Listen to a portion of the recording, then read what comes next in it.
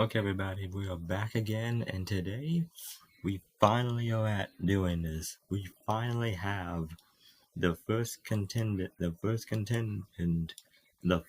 Lost Saiyan for our Lost Saiyan Saga. I will be putting a link to the artist and to her wonderful deviant art platform in the description below. And for right now, and you're probably wondering why it took me literally almost half a year to get back to this. Well, the reason is because I needed some Saiyans to start with. I mean, I could have come up with ideas for my own. In fact, I'm still actually sketching and drawing the comic for my Lost Saiyan Saga that I'm making with my own character. Yeah, but I kind of had some other stuff came up, and then I got distracted. And by the time I realized that it was like, oh shit, it's been literally half a year since I started this entire trailer, and I haven't picked up on it.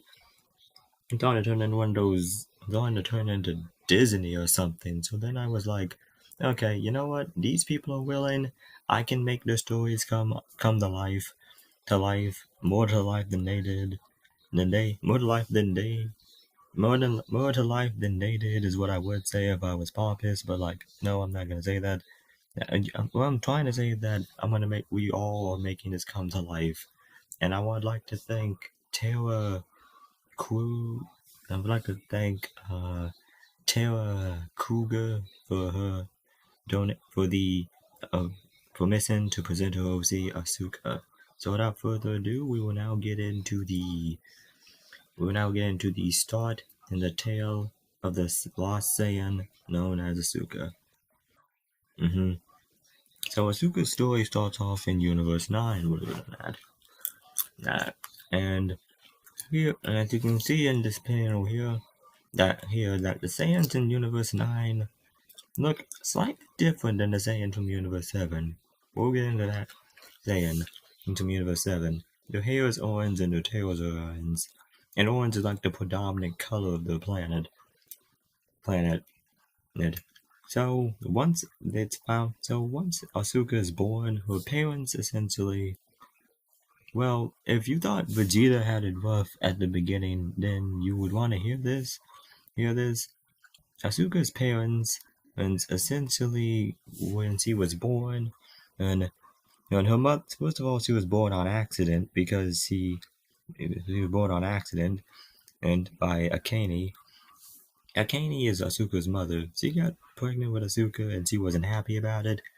And Asuka's dad straight up suggests, okay, well, why don't we just kill her? We can just do an abortion. Because none of them wanted to have a third kid. Akane just said they'll wait until it said, no, we're gonna wait until she's born and see if she's powerful enough to keep. And Katsu, which was Akane's husband at the time, and of course Asuka's dad just said, okay, fine, we'll wait. Months late, and after a couple months, Akane gives birth to a baby that she named Asuka. She cared enough to give her a name, at least, but then you're gonna remember that she's still a piece of shit because she's quite literally, right after this, the doctor asked, hey, you wanna hold your baby? And Akane said, no, just go put her up somewhere. We'll be back in a while to see if she's worth keeping around. And then she just gets up because Saiyans recover fast from childbirth, I think. I mean, it makes sense that they would be able to, especially since Universe 9 Saiyans are born with higher power levels than those of Universe 7 and Saiyans. But we're gonna get into that a bit later.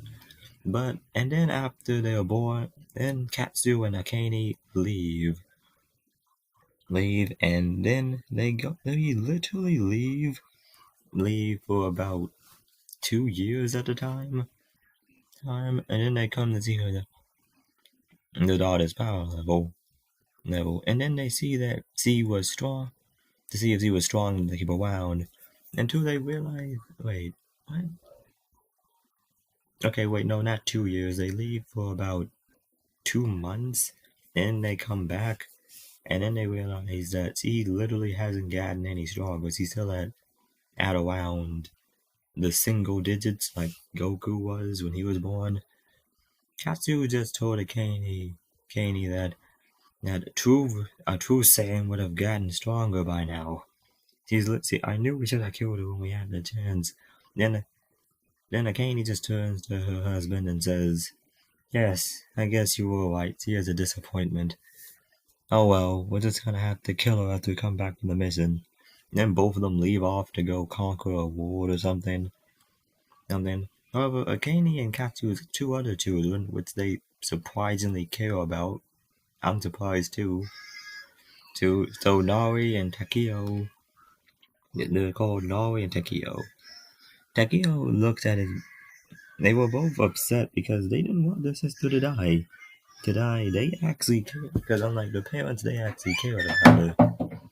Cared about her. So once they realized that, oh crap, okay, and they're going to kill her sister, Takeo, without thinking at all, was just like, okay, no, you know what? No, I'm not gonna let them kill my little sister. So, without thinking much at all, he sneaks into the nursery without telling his sister, by the way, that's gonna come back, and then he just took her out of the nursery. Sneaking past the. He sneaks past the doctors and everyone else because he does. And let's just be honest, it wouldn't be that hard to sneak past the doctors. Because he then runs into like the shipyards where they keep the ships. Then he realizes, wait, where am I gonna take her anyway? Wait, I can't take if they'll look for her as long as he's within the range. He thinks it was an embarrassment. He said this while he just cradling Asuka in his arms, who's kind of giggling up at him and just like touching his finger, just like grabbing his fingers and like biting on his hand. If you can't tell, yeah, Asuka is still like an adorable, bubbly baby at this point. Wait, and it still breaks Takeo's heart that he needs to do what he has to do. So he just looks around. He wonders, what can I do? And then he realizes, wait, the scientists just said they got through making the universal space pods so that we could conquer other universes. So Takeo goes into the science lab, breaks in there, and steals one of the prototype universal pods. The space pods. He then gets in it and just looks through the universe for other Saiyans. And then he looks at a universe. Then he for a plant for a universe he could take her to. But the pod just goes off before he can select anything, and he randomly ends up in universe 7. Then on on planet Vegeta, he immediately gets out and he sees that there aren't any Saiyans around. Well, there's not much Saiyans around. Huh? What's this? There aren't that many Saiyans here. Yeah. And then he just flies around the planet real quick while he leaves the pod there for a little while. Now, putting Asuka up in the putting Asuka up in like the putting Asuka up in the pod while he goes and looks around. He then sees to his amazement that there are actually a lot of Saiyans here, but it's not. But there really isn't much for Asuka here. For one, anyone with a brain could see that there's a war about to happen, probably in a year's time. This takes place in again. Oh wait, I should probably say this, but have said this before. But Takeo takes Asuka to to Universe 7 at around age 19. This means it's just a year before the Saiyan Tuffle War begins. And if any Saiyan knows when a war is about to, and any Saiyan worth the salt knows when a war is about to start. So he just safely just says, nope, this ain't gonna, no, this is not the perfect place to leave her at. He's even about to leave before some Tuffles literally look up at him and are like, "It's one of those filthy apes." The apes. He's Commander, what should we do? And they're like the perimeter guard to guard like against the Saiyans because the Saiyans have become a bit more hostile in like the coming weeks that they have been, and they feel like a war is inevitable as well. So the commander looks up and he's like, "Oh, I don't know." the Martin appointed them, strike him down now. Now, so then the Tuffle just fire a laser at Takeo, and the laser legitimately almost hits him before he moves out of the way. Not taking kindly to being shot at Takeo just launches a preemptive strike back, and he destroys the platoon that fired at him. Well, most of them anyway. Some of them live to tell the tale about it. He didn't want to have to do that, but they were literally threatening his life, and he couldn't die before Asuka found a new home. Speaking of which, Takeo actually did go looking back at the Saiyans and tried to communicate with them. He went to a small tribe and looked around, and he found out a lot of the Saiyans there just looked at him funny. Not that he could blame them, because he literally had a, an orange's tail and orange hair. He didn't look like a typical Saiyan to be there. Some of the Saiyans even straight up say he's a mutant. But some of them literally can't say mutant. But they do. And Kino just asks him, okay, who's in charge of this area? Yeah. And then a Saiyan that is in charge of the area comes forth. He's like, I'm in charge. I am King Vegeta. Yeah, so he meets a younger King Vegeta in this timeline. Takeo just asks if there's any room for another Saiyan like him that he can leave there. And King Vegeta just what are you, daft? Can't you see there's a war about to happen? I barely have, we could barely take care of ourselves at this moment. And then he just goes on a rant about how there's a war coming, they need to take the planet, and that if the person he's putting up to be adopted by them wants to fight an all-out war, then yeah, they can join. And then they just tell him to leave and think about it. Now get out of my sight. Only come back when you're ready to help us in the coming battle instead of begging for sanctuary. Really. So Tequila just blasts off, and at this point, he's kind of regretting coming to Planet Vegeta now. And he let the Saiyans on his universe feel prideful and arrogant. This is a whole other mess. This is a whole other mess. Oh, I definitely cannot leave Asuka here. If I do, she could die in the upcoming war. And her power hasn't even been, and her reserves haven't, her power hasn't really been awakened yet. Only mom and dad were more patient, we wouldn't have to be doing this. Yes, so after that, Takeo just goes back to his ship, feeling a bit forlorn and I couldn't find anything. What am I gonna do now? Then he sees that the pod has been opened, and then he hides behind a rock pillar, charging up a blast and ready to just smoke whoever's messing with his sister. Until he sees that, and then he rounds off the pod, and he's but luckily the pod is facing away from them, so he just hides behind it and is ready to attack. Till he sees that there's an Arcosian there. Not only that, but he's playing with Asuka. Not in a statistic way either, like he was used to seeing Arcosians do, but genuinely playing with her.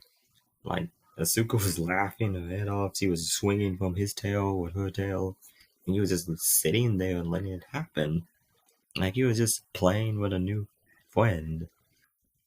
And the young Asuka just looked up at him and is like, wee, wee.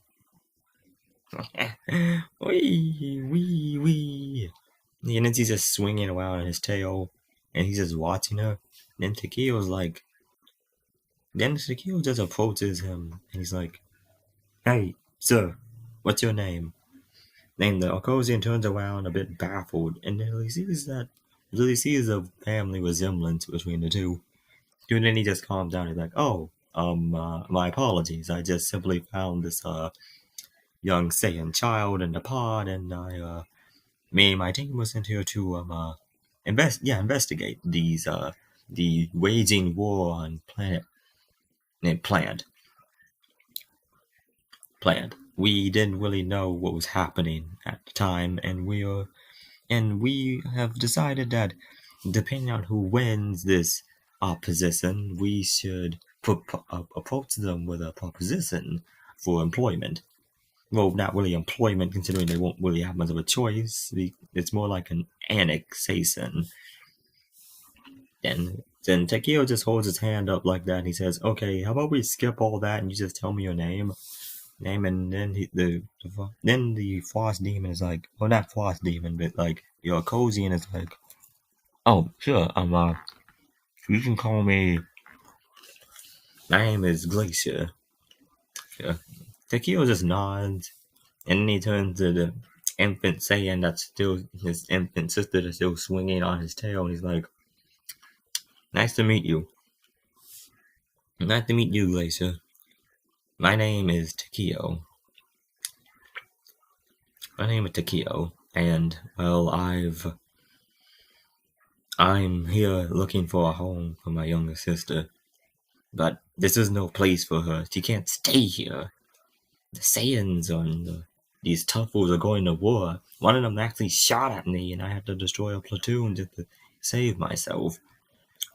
And then Takeo just goes on and on about how the parents wanted to kill Asuka because he's still weak and that's a couple months old, and that he hasn't told anyone this, that he's just desperate at this point. Glacier just looks at Takeo and he's like, "Well, lucky for you, I happen to have taken quite a shine to this child, so I want to offer your hands. I assure you nothing harm will come to her because I'm alive." Takeo just picks up and uses his order to scan Glacier's power, and he sees that his power level is at around somewhere in the 10,000 lanes. Kind of low for an Okosian. But then again, it's possible. Then again, he doesn't look like the mutated ones he's used to. So the goodbyes, and with Asuka is just with some goodbyes and him hugging Asuka for the last time. Well, hopefully not for the last time. Takeo turns around and gets back and just hangs on the pod. He waves goodbye to Asuka and Glacier. And as Glacier just calls the ship, he just flies with the Saiyan child in his arms. He settled down for a quick nap. Takeo sheds a few tears and just gets back in the pod, and this time around manages to get back to Universe 9.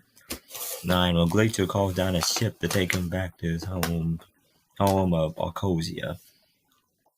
Carrying the napping Saiyan child with him, but the pilot asking with him, and since it's a personal ship because he's a high-level scientist on a planet, it doesn't really raise any eyebrows. Once Takeo gets back home, he walks over to the hospital, acting surprised to find that Asuka is gone. And his parents are looking for her, of course, because they don't want anyone to know that they've made a dead child in their minds. His father, Katsu, just asked Takeo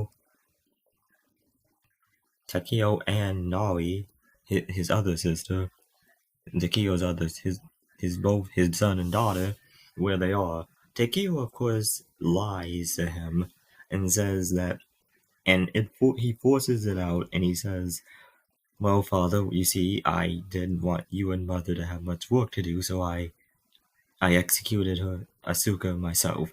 And Nari just looks at her brother in shock, horror, and disgust. He's like, "How could you? How could you? You the one who didn't want her to die the most. You lied to me. Takeo, why?" Katsu and Akane just ignore Nori and just look at Takeo and his dad puts a hand on his shoulder and he's like, hmm, that's my son. Getting rid of the weak, getting rid of the weak is one of the best attributes of the Saiyan, even if they if they unfortunately happen to be related to you. To you, I'm guessing you incinerated her too to leave no trace. Tekio just looks at Nari as he looks at him in disgust, and and it looks like he's about to kill and he just says, "Yeah, not a trace of her remains in this universe, Father." And Katsu just claps his son on the back, and him and his wife go out to the bar to drink the night away after a successful mission.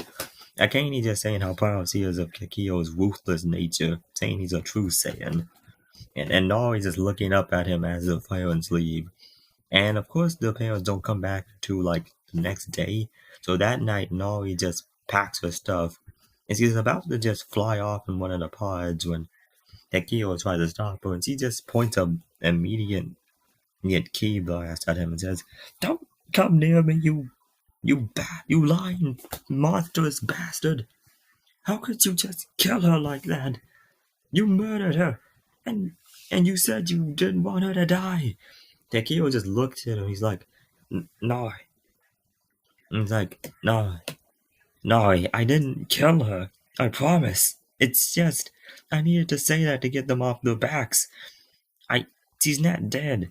I took her." And then Nari just cuts him off and says, like, "I don't care now about any of your excusable lies.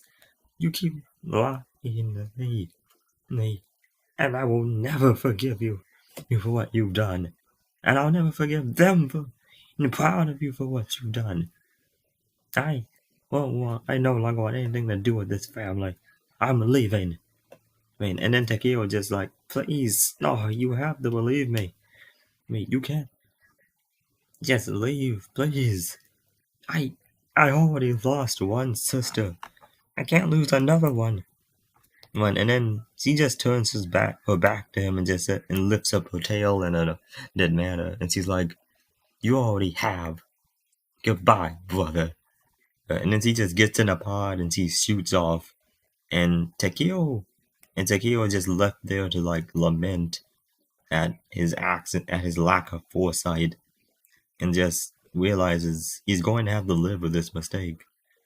And he sheds a few tears, and he just goes back home, where his parents throw him like a celebration in honor of his execution, because they think he killed Nari too.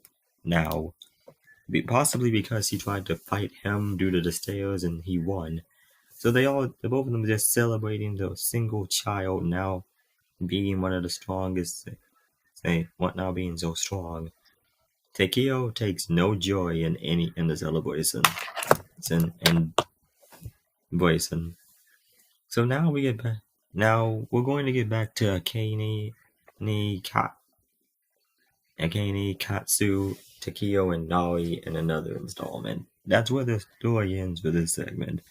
But now we'll focus on Asuka's life with Glacier.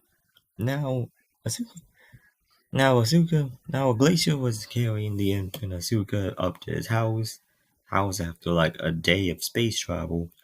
They were getting out of a personal freezer ship. And he took him into the house him and his father shared. When Glacier, however, looked around to make sure his father was asleep. When he realized that he was, he picked up Asuka, and just carried her into his room. Luckily for Glacier, his room had a secret compartment in it that was in the back, in case it was like a lock room, like a storehouse, where you could go if you wanted to hide out for a while, or just hide some contraband items, which he wasn't against getting, because again, he's kind of like he is a scientist, but he needs certain material to complete his research. So he just kept them in there, so the patrols couldn't find them, and so his dad wouldn't yell at him for breaking regulation. And so he just put, and then he makes it into a makeshift room for now, and just puts the sleeping Asuka in the cage, inside of the space. He then walks out of his room to find his father waking up. His father just sniffs his son once, and he says, "Son, what are you? Ah, you smell like one of those naked chimps." Chimps. Go here, go wash up in the bathroom, he says as he pushes his son towards the bathroom. And Glacier is like saying, "Oh, as difficult as ever today, Father." And his father just looks back and says, "Of course I have. Oh, well, I just don't want you around those smelly apes. Or those midget tuffles either. I don't know why anyone. I don't know why I don't know why any of our races took an interest in any of those eggheads and barbarians." And and then he just looks quickly at Glacier and is like, "You're okay though, of course. Okay though. You're not too much of an egghead though." And then his father just goes back down, and as you can clearly see, Glacier's father races towards Tuffles and Saiyans. Mostly towards Saiyans, because at least the Tuffles are civilized. Nice, but he's just one of those Arcosians that's racist to every race that isn't an Arcosian. So does that. And Glacier's like, I'm going to need to hide Asuka. But he thinks will be easy before he sees the baby Asuka legitimately above his dad's head, literally about to spit on him. And before Glacier can use it, Glacier can basically just toss him. Glacier just tosses a stunning blast up at her and freezes her in midair. His father just goes downstairs into like the kitchen.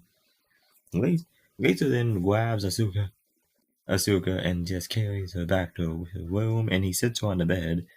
And then he says, "Asuka, look, you can stay here for as long as you need, but I'm gonna need you to not ever come out when I'm not here, or when my dad's not here, or my dad is here, and basically don't do anything when my dad is about to come home or nearby.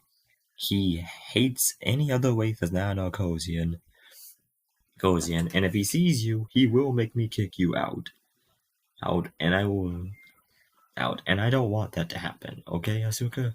So please, listen to me from now on, and when I put you in your room, don't come out until I say so, okay? So, or don't come out this way. Go out through the back door of like the compartment." And it opens the back door of the compartment, and it sees that it leads out into the outside, meaning that Asuka could get outside with or without him now. Now, Asuka just looks up at Glacier, and then she smiles and reaches up at him. Glacier's heart melts, and he just, yeah, Glacier's heart melts. Yeah, I know. So Glacier's heart melts into a puddle, and he just picks up Asuka and hugs her. Asuka, Asuka just gives him little kisses on like the cheek. He can just hugs him too, until he pulls her away, and then she just kicks him in the face while giggling. And then, of course, the kick didn't really hurt Glacier at all, but he did realize, that I actually almost felt that. That actually made an impact. I don't know what your parents were talking. I don't know what Kikio said your parents were talking about. You look like you'll be a strong warrior one day, won't you, Asuka? Asuka. And he just lifts her up and just exclaims in joy as he goes through the next couple years of raising Asuka. Now, we all know how fast Saiyan children mature and body age. I mean, just look at what happened with Gohan when he was just like, I think he was like 4 or 5 years old when he was kidnapped by Raditz, and you can just see how mature he got. Even doing that fight.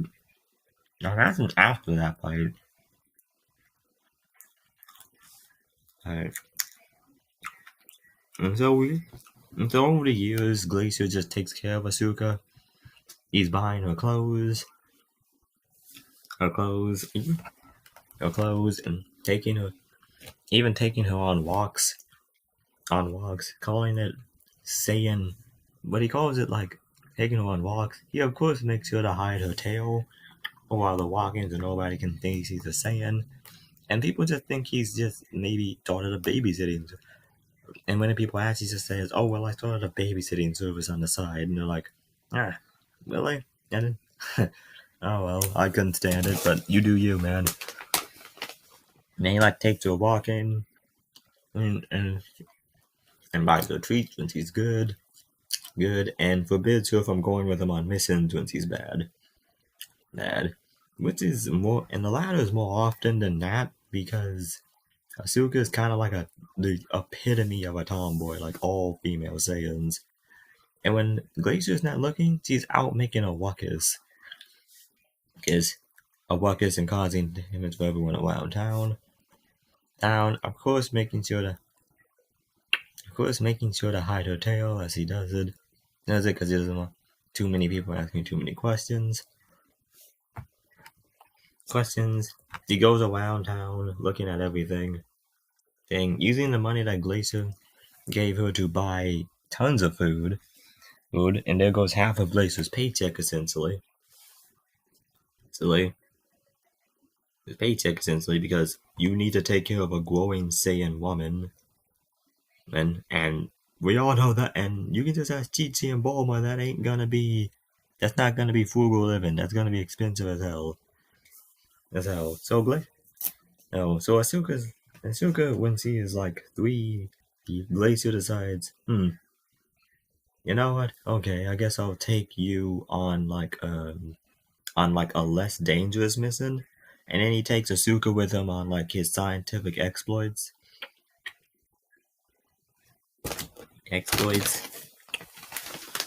And while they're there, he's like looking all over the place. He's like looking all over the place. He's having Asuka follow him around and make sure she's safe. And they land on a planet that's full of vegetation that he thinks they could use to make some interesting new healing solutions for the rejuvenation chambers that they have on the capital ships. They take some DNA from them while as Asuka's in the background and she's looking at like some fauna, which he wants to take a bite out of, only for the fauna to violently toss her away. Asuka, however, even as 3 years old, is not backing down as he decides to pick a fight with the fauna. And starts to fight the little part of the little forest. He gets into a bit of a scuffle with even more fauna-like creatures, while Glacier is focused on his new research. Until he's like come to the conclusion, where's Asuka? Where is Asuka? And then he looks behind him and he like sees Asuka being strangled by some vine tentacle monster. So that's about to possibly rip her head off. Without even thinking, Glacier just takes out his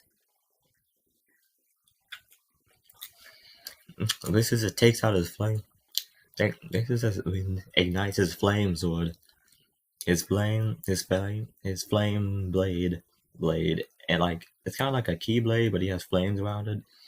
It just cuts through all of the vegetation, and eventually igniting the forest on fire accidentally. He then flies Asuka out of there, and both of them just look down at the burning forest. Glacier looks to his left and sees, well, I got what I needed. And then he just blasts off because the whole planet's covered in forest. So that's just one of the adventures they went on when Asuka was a kid. Now we get into the other adventures that she went on as a kid. When she was 5, a few weeks after she turned 5. When she turned 5, Glacier decided to throw her a party with its other scientist friends who were aware that he actually did at a night of drunken partying, and after a new celebration, said that he had to brush Asuka's tail so much much whenever he was too rowdy. Until he realizes that, oh crap, what did I just say? And then his friends are like, oh really, she's a Saiyan. Yeah, I thought as much. But they're like really good friends, so none of them tell anyone. And he's like, huh, me and the boys could go with Asuka like a gift. Yeah, and then some of them actually do go to like wish Asuka like like a happy birthday. Asuka arrives and there's like this giant cake that's the size of a large bed, and then everyone else is just sitting around with glasses of wine, and of course Asuka gets just some juice because she's 5. Right? And Glacier is just like singing her an Arcosian themed birthday. I'm not going to even attempt to say what an Arcosian birthday theme would be because I don't know the Arcosian language, so I'm just gonna say that it's like I'm just gonna leave it to your imagination. And that was one of the happiest days of Asuka's life, from what you can remember. Just her and her adopted dad, essentially, pretty much just partying, having a good time, enjoying this life.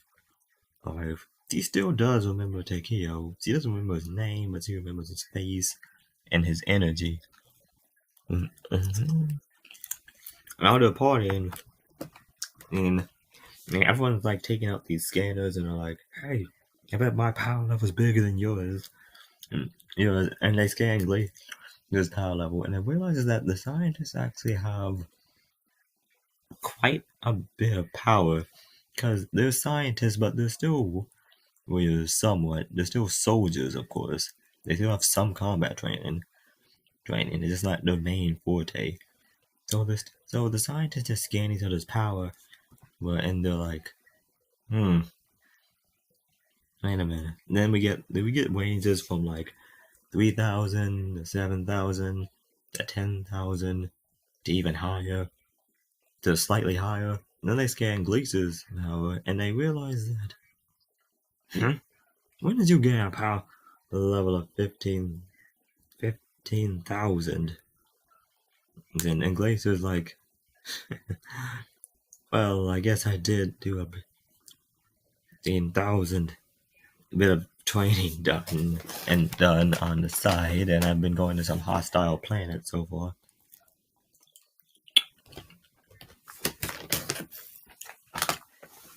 Our planet so far.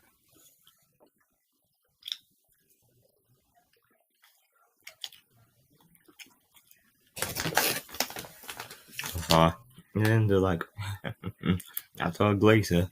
And then look at Asuka, who's basically in a food coma. No, she basically ate half the cake by herself. And then she just kind of fell over. Half the cake by herself and drank like almost all the juice in the compound. And then she got into a play fight with one of the scientists.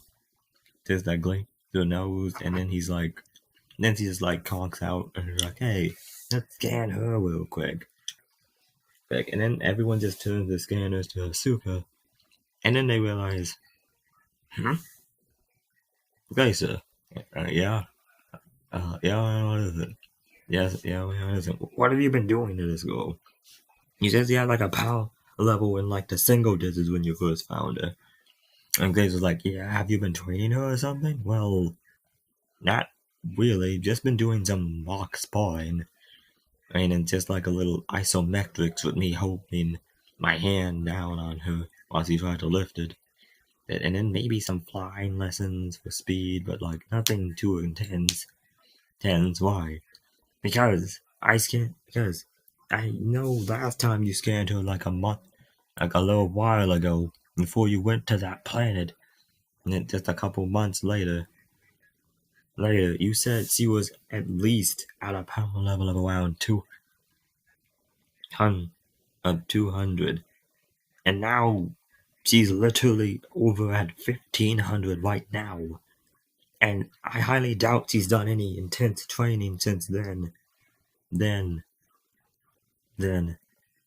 Glacier just looks over and he's like, 1,500? He's only 5. If, and then he's like, huh. Not that 1500's that high of a power level, but it's like, 1500, and he hasn't been doing any extensive training with her whole life, just some small things here and there. And he's like, if he can get this strong just from doing some play training, how strong can he get if I were to actually train her harder? And he just put that in the back of his head. He just looks at Asuka and he's like, oh well, whatever. I bet you're already dreaming about being the most powerful Saiyan in existence, huh?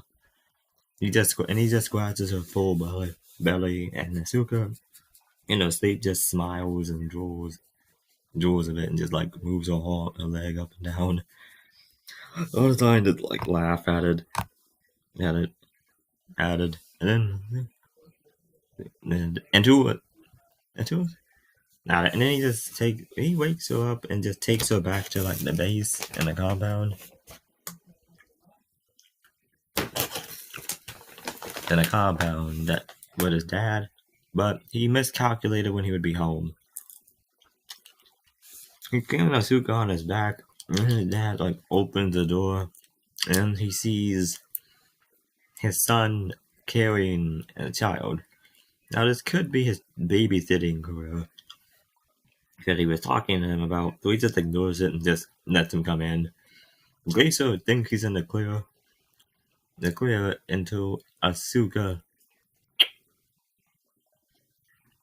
pretty much just lets her tail hang out. And since he wakes up and looks at Glacier and says, Glacier, I ate too much, but it was good. Hey, wait. And he just looks over and sees his dad with a vein popping out of his head. And then her dad just like looks at Glacier and he points to the door. And then Glacier looks at Asuka and Asuka looks at him. And both of them realize they've been planning this in case this happened. And Asuka's like, yeah, fine, I get it. And Glacier just acts like he just basically throws her outside into like a bunch of bushes. And Asuka just kind of runs through the bushes while Glacier's dad is pretty much chewing him out saying, how could you bring a filthy ape into here? Is this for like a science project? No, I don't care. You can do that at the lab. That Saiyan, any Saiyan is not to come within this house, understand? Not as long as I pay half the rent. And then Glacier just tunes out as his dad's just yelling at him. He's like, yeah, Asuka, you just go hide out for a while. I'll figure something out. He says this telepathically, and Asuka just responds, you're pretty smart, so you should be able to do that. I'm gonna go, like, hide out in the park tonight. Should be fun. They just opened a new food stand. I wonder what's there. And then he's like, Asuka, don't go still. And then he just realizes, he's not listening. And that is where we will end this part for now. Actually, no, wait, no, mind. And then he's like, oh crap, he's not listening. Then he just like looks up at his dad. And he's like, Father, I assure you, I will not let you see that Saiyan in this house again.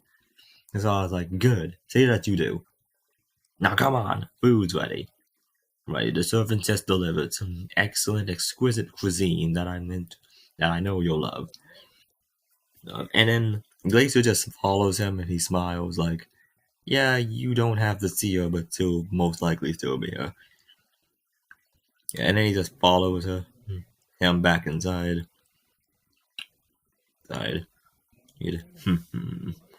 Thinking to himself, I just hope Asuka doesn't get into trouble. Then Asuka doesn't get into trouble. Then we skip to a scene of Asuka quite literally being chased around by some Akosian police saying, you freaking ape, you stole my sandwich.